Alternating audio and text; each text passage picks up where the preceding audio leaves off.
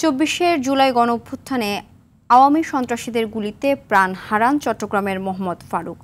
১৬ জুলাই নগরীর মুরাদপুর আন্দোলন চলাকালে দুপুরের খাবার খেয়ে কর্মস্থলে ফেরার পথে গুলিবিদ্ধ হন তিনি। সন্ত্রাসীদের ছোঁড়া দুটি বুলেট পাওয়া যায় তার শরীরে।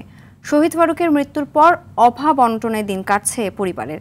স্ত্রীর দাবি, আহত অবস্থায় সুচিকিৎসার অভাবে মৃত্যু হয়েছে তার স্বামীর। চট্টগ্রাম থেকে সাইফুল মাহমুদের পাঠানো তথ্যচিত্রে আরও জানাচ্ছেন আব্দুল হামিদ।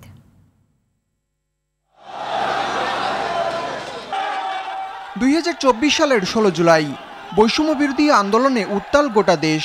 সেদিন রাজপথে উত্তাপ ছড়ায় বন্দরনগরী চট্টগ্রামও। মুরাদপুরে ছাত্র জনতার বিক্ষোভ কর্মসূচিতে হামলা চালায় ছাত্রলীগ যুবলীগের সন্ত্রাসীরা। এদিন জেলায় শহীদ হওয়া প্রথম ৩ জনের একজন ছিলেন ফারুক। স্ত্রীর দাবি, আহত অবস্থায় সুচিকিৎসা না পেয়ে মৃত্যুর কোলে ঢলে পড়েন শহীদ ফারুক। জানান, বর্তমানে 2 সন্তান নিয়ে বেশ কষ্টে দিন পার করছেন তিনি। গুলিবিদ্ধ হয়ে সে 1 ঘন্টা রাস্তায় পড়েছিল।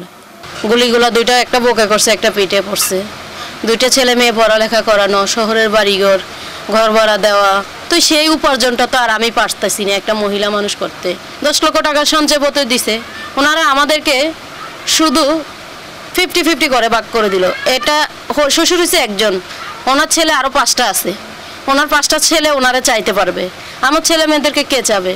এর তো বাবা নাই। বাবা আর কোনোদিন ফিরবে না, এই নির্মম সত্য মেনে নিয়েছে 2 সন্তান। তবে বাবার সঙ্গে থাকার মধুর স্মৃতি এখনো তাড়িয়ে বেড়ায় তাদের। ললিপপ আনতো, সবকিছু আনতো।